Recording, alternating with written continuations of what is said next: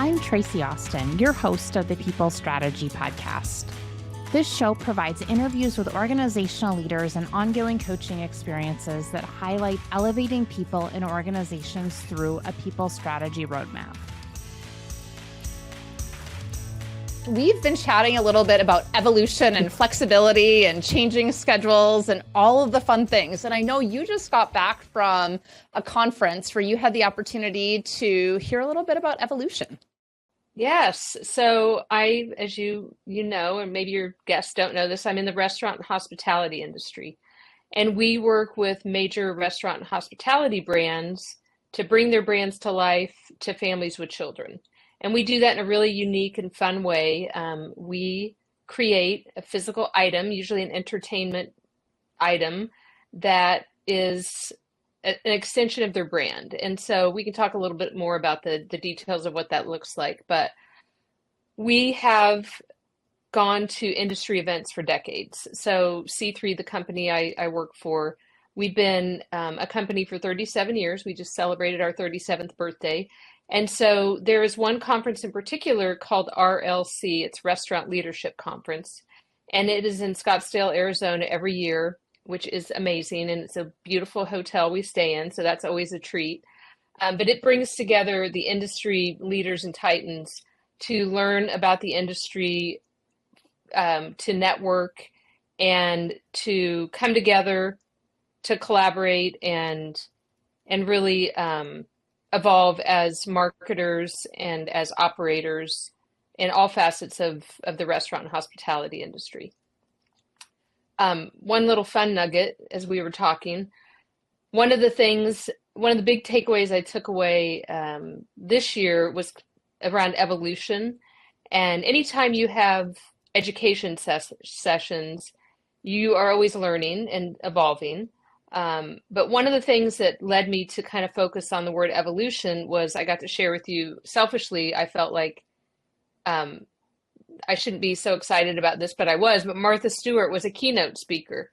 And it was really wonderful. Number one, she shared with the with the group her age. So she's 82. And she has had just chunks of her life that are very varied industries and various experiences.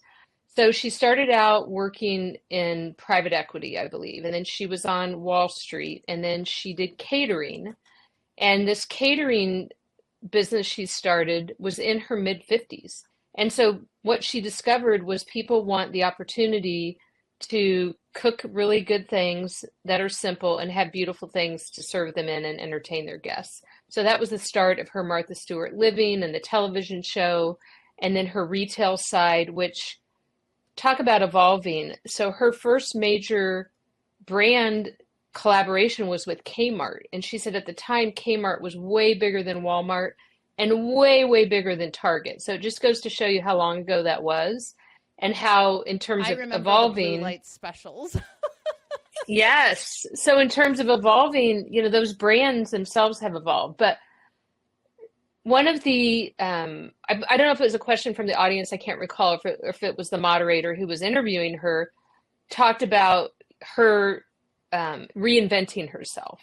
And she was very, she was very mindful to say, I don't look at reinventing myself. I look at evolving. I have evolved. I have not reinvented myself. So when I learned that people wanted to entertain and have beautiful things around them, I evolved into that space. I've evolved as a writer. She's had her magazine. Then she had that collaboration with Snoop Dogg, which is an evolution.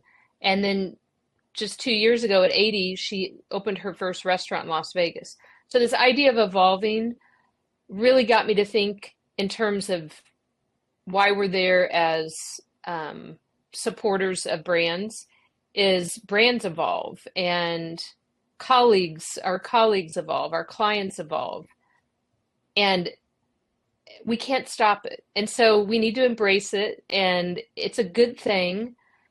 And if you don't evolve and you don't change, you become a brand that perhaps is no longer, or you become a person who doesn't feel like you can add value. So So that was just a word that stuck out, Tracy, and something I've been thinking about as I have been back from the conference now a couple of weeks. I love it. In this idea of evolution, if we think about the people strategies inside of our organizations and what our teams need so that they can truly perform at their best based on how their leaders are leading them, I'm super curious. How has job structures and, you look at COVID and after COVID, and are we remote? Are we hybrid? Are we forcing all these things? Like, I'm curious from you about, what is personal to you about the evolution specifically in job structure for our teams? Yes. So I have worked in the professional world for over 30 years. So I have a history that may be a little bit more than some of your listeners and probably even more than you. And it was just the time. It wasn't the companies I worked for or the individuals who managed me, but your professional life and your personal life were very separate. I can remember having a conversation with a supervisor who was smart and I adored and was a wonderful person. And he said, don't let the client know you have kids. And it was like, oh, okay. And it was more around, hey, because that could just be a distraction, or I want them to see you in the best light, like you're 100%, connected or involved. I don't really know what it meant. And I probably, I was too young to really ask more, or I probably didn't even really think about it. But this idea that it was very clear in the 90s, early 90s, and probably way before that, that if you were in business, you just kept those two areas very separate. And you had to have very traditional experience or education. You probably had this experience, Tracy, where you look at a job posting and you have to have a degree. That is like the minimum. You have to have a 4-year college degree. So I think in terms of how business has evolved, but specifically at C3, so we are an entrepreneurial company founded by an entrepreneur. We are small and scrappy. We are very talented. We're in the Midwest, so it's hard to talk about ourselves. And I work with some of the smartest, most talented people I've ever worked with in my career. And so I'll never forget, this was about 15 years ago. We had an individual come to us, and the Kansas City Art Institute is a school here in Kansas City that is an art school. And he said, I teach at the Art Institute, but I would really like to work at C3 because of what you do in terms of the creativity with the products that you make. And so our founder and CEO said, okay, we'll figure that out. And we did, Tracy, and he has been with us for 15 years. And he has been a pipeline in terms of evolving for some of the most talented young people that we've ever had at our organization, because he teaches them and he knows who they are. And he has this vast network of creative people all over the country because of his role at the Kansas City Art Institute. We never 10, 15 years ago when we were talking to him ever thought it would evolve that way. And so another example I'll give you is our vice president of account management. Again, one of the smartest people I've ever worked with. She's amazing. So 7 years ago, a colleague said, hey, I know somebody who I think could be valuable to the account management department. I had a need as the head of the department for a strong individual to lead a top client. And she said, I have an idea about somebody, but she's got a little bit of a kind of a funky background, so to speak, as it relates to the last few years.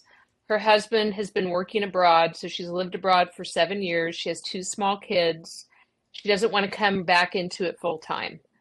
She said, are you open to a conversation? I said, absolutely. So we had a conversation. She'd literally only gotten back into the country like a week before, and we're talking about an opportunity. And I said, hey, let's just try this. Let's have you start part-time, and it's one client, and you're going to be really good with this one client, and let's just see how it goes. And so the joke that we have now is that she worked part-time for 2 weeks. It was really more like 6 months. But she came in and we worked around her schedule as it relates to her kids and needing to pick them up and all that kind of thing. It was so seamless, Tracy, that I thought, oh my gosh, I can't believe like this is the greatest thing in the world. And here's the thing. It's not only good for her, it was great for us as an organization and for our clients. We would have missed out, and our clients would have missed out on an amazing talent had we not been open to that conversation. And so fast forward 7 years, she leads the department. She leads our top, she leads all of our clients. She's an amazing mentor to her colleagues and to everybody at C3. She's on the executive team. I mean, it's just been wonderful. And so I just think being open to exploring those opportunities, if you are not open to them, it's just a missed opportunity. Yeah. And what I so love about what you're saying is, look, we have a core value that's essentially we're small and scrappy. We're not going to discount you because you can't fit the 8 to 5 hours or you don't have a degree. We're looking at what is the passion that you have that is going to be able to be brought into what we're currently doing, right? As we're making, items that go along to create that brand, the Art Institute. Okay. So we're seeing the parallels and we're saying, we're not going to go by the check the box. You have to have these things. And we're also going to say, how can we be creative? Because if you're passionate about it, you're going to bring that passion here as well. And you're seeing them as the whole person. I see that you need to pick your kids up and I honor that. And I know you're going to honor by working at 9:30 at night on some crazy thing when you get a crazy wild hair that says, I have this idea and we're going to make it happen. Yes. Yeah, I love that. And I think you touched on something that I think I would be proud to talk to our clients about this. We talk about ourselves being scrappy and innovative and being very, open to different ideas and not being like cookie cutter type of approaches. So if we don't do that in our internal processes, is it really, it just seems like a disconnect. It's like, so you threading that needle of like, hey, you do this as a business, but you also do it in terms of how you look at talent. I never really thought about it that way until you said it, but you're right. Like we are the things that we say our clients are. What we talk about with our clients is who we are, like through and through, is really, I think, the connection you're making. And it's true. Yeah. It's really interesting. And it's like such an example of drinking your own Kool-Aid, right? It's like that. It's like saying, hey, why are we doing this? Because it's a core value. So if we're going to have that core value as part of what we're selling, we're also going to have the is what we're, bringing our, employees in on. And I mean, let's face it, so much of HR and recruiting is marketing anyways, right? It's so true. Yeah. And I think too, and again, you made this excellent point. It isn't like, oh my gosh, we're the company to come to if you want, to have all this freedom and flexibility and you've got a schedule that's a little bit different. I think that maybe, perhaps, but I think the key for leaders is to have the initial conversation. Be open to, okay, this doesn't look like the path that it's looked like before. This doesn't look like maybe the experience that we've had in this area. This doesn't look like the schedule. This doesn't look like the educational background, but let's at least have the conversation. And I think if you say no to that initial conversation, you are missing an opportunity. And I can't stress that enough because I think we can all get into, wait, this looks different. No, I don't have time. I've got to get somebody hired. I need this, this, and this. And giving yourself the permission to say, I'm going to just have the conversation. It's no promise that there's anything there, but let's just have a conversation is a gift to the individual, but it's also a potential gift to you as the organization and potentially and ultimately the gift to your clients. Absolutely. And I think as we look at this, it's coming down to the relationship. I mean, yes, everything is built upon the relationships that we have, that we foster, that we grow. And yes, we need them to be a fit to the role. Yes, we need them to align from their personal values and the organizational values, all of those things, right? But that relationship that we build so that we see them and they see us in that give and take helps to create some of that flexibility. Yes. And there was an individual that had worked for us, and she went to another organization, and she called me and said, "Hey, would you be open to a conversation? I'm not sure if you know this now, but I have 2 little kids, and I'm just looking for some more flexibility." And I said, "Yes, let's absolutely have a conversation." And we did, and she came back, and she had a very defined role in terms of hours and outputs, which was different than her role that she'd had prior. But she'd really leaned into this one area, and she was really good at it. And she just said, "I really just kind of want to do this one thing. Do you have a need for that? And I can devote 25 hours max." I said, "Oh my gosh, this is perfect timing. I have the perfect, yes, we have a need for that." And I mean, Tracy, it was like it worked out so well. And again, it has to be beneficial for both parties.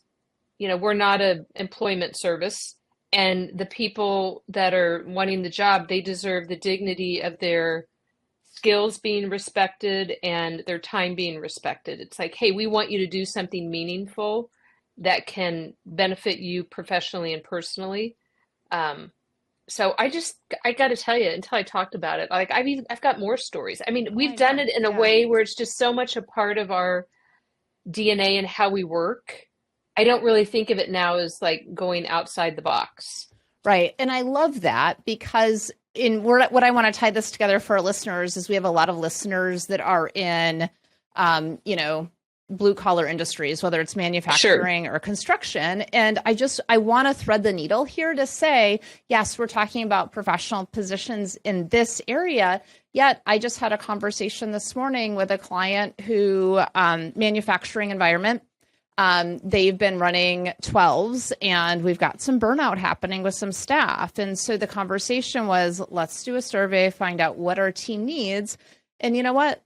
Let's run 5 8s along with, 5 8-hour shifts a week. Then we're going to run 4 10-hour shifts a week. And then we're going to run 3 12-hour shifts a week, knowing that they're going to probably flex a little bit to get to those 40 hours. But then we can stagger our shifts and really do that in a way with the timing. So yes, we're going to have set shifts. Yes, we know we need the exact number in on those, but we can do that in a way that allows us to recruit at a higher level and paying attention to what our team specifically needs. And so I want to name that to say, I don't want folks listening that are in manufacturing construction saying we can't do that. You can. Is it a little bit more to set it up? Sure.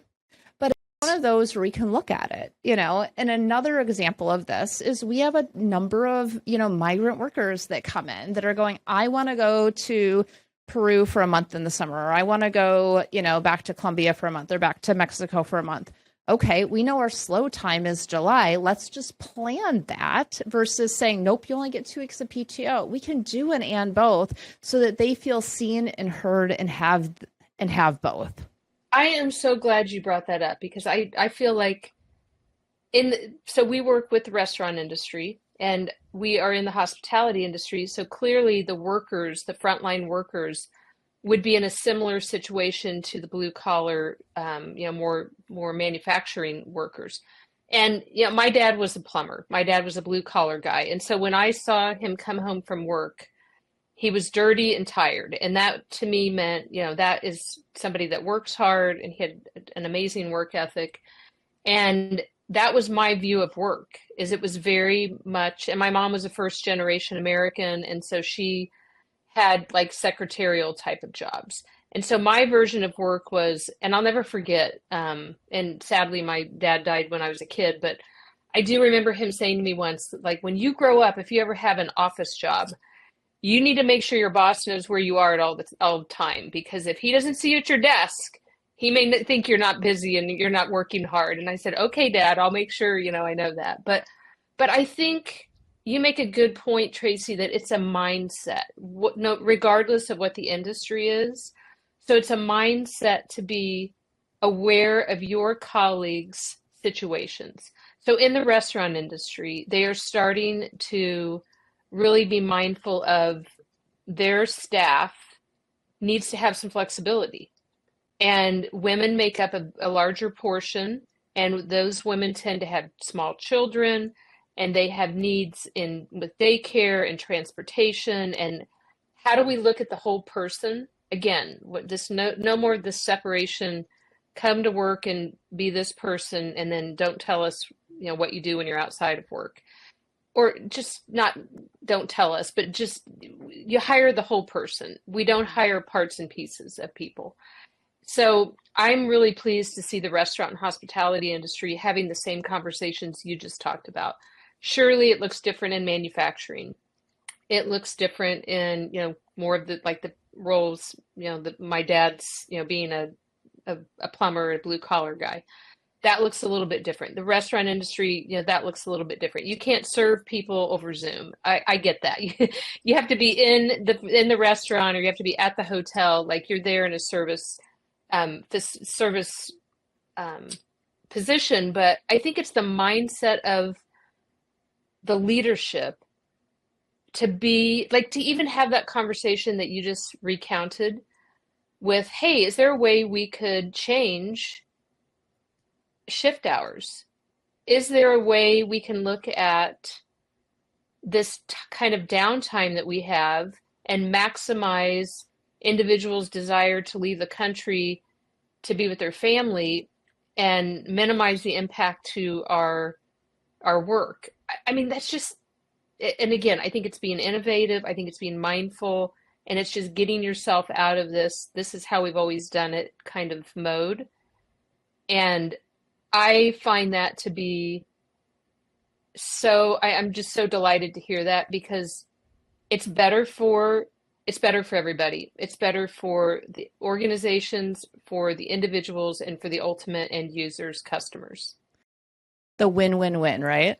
And what's so fun about this, 2 points I want to tie back to the beginning of our conversation. We started with evolution and Martha Stewart talking about evolution. And here we are talking about how we're evolving from your dad's version of butt in seat leadership. If you're not punching the clock, you're not here, to performance-based leadership. We're going to lead and, look at what is the performance that you have based on the outcomes versus how much time your butt is in that seat, right? Yes. And so that's I love one that view of evolution. And then the other is we want to know about you, and we want to know what's important, because if we see you and we see that those baseball games at 5:30 at night are important, and you say to me, hey, Tracy, I know you've got a kiddo game tonight, get the heck out of here. I'm going to be loyal to you because you saw me for the human that I am and not what I'm just producing. 100%. I will never forget this lesson as long as I live. And so my boss now is our founder and CEO. He wasn't always my boss. And so I've been at the organization almost 20 years. Now he's owned the company the whole time and is still the founder and CEO.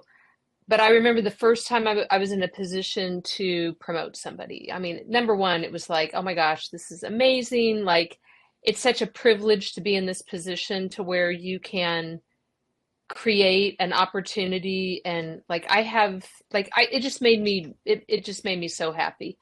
And so I remember going to him and talking to him about, I did a presentation. This is why I think the person needs to be promoted. Here's the current role. Here are the responsibilities. Here's what she would be doing. Here's how she's demonstrated that she can continue to, not only do her current role, but elevate here. And I did the whole thing. And I had a salary recommendation and all of that. And so he listened and was very kind and let me go all through it. And then he said, okay, so on the salary, is that the most important thing to her? And I was like, well, I think, like, isn't that the most important thing to everybody?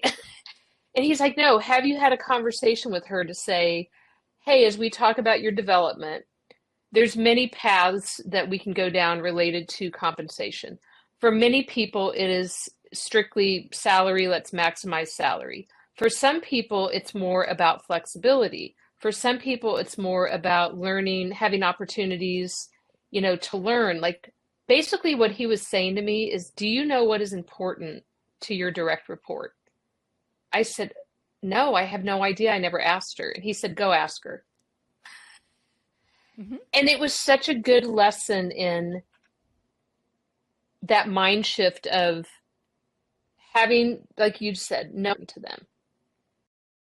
And so, of course, money is always going to be a factor, Of course. but it's like, oh my gosh, and as I've evolved and I've managed more people, there are some people where money is definitely the thing that they really like, hey, that's where I want to maximize it. There are other people who are like, you know what? I need more flexibility here. Or, I have a family that lives out of the country. We actually have an individual in our organization, and there are parts and times of the year where I want to take 2 to 3 weeks off. That's really important to me. Can we figure that out? So I think having back to your point of knowing what's important to your colleagues, it is so critical that you don't assume what is important to you is important to them. Absolutely. Absolutely. And for our listeners, I'll talk much more about this and the insights that you're going to hear after Jennifer and I conclude our conversation. But this seasons of life, right? Like there's some seasons of life where dollars are the most important. There's others where you get to raising kids, or you're going to go back to school, or you're taking care of a parent, or whatever that is. The seasons of life will sometimes dictate that. And, when we're talking about what's important to them, it's aligning what are the personal needs of my team that inspires them to, have the joy and the impact, the engagement and work that also meets and exceeds that business need. Because when we're dancing together, we're dancing at a much higher level than when we're forcing the dance to happen. Yes. Something else. Oh, go ahead, Tracy. Yeah, I was just, as we start to wrap up here, can you believe? No, I can't.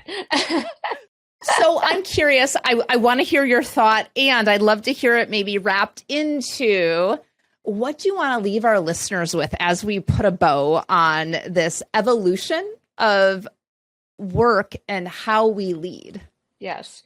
So my point was going to be, and it was going to be a simple one, is knowing people, putting yourself out there to know people opens you up to being more vulnerable, because it's a give and take. I share, you share, I share, you share.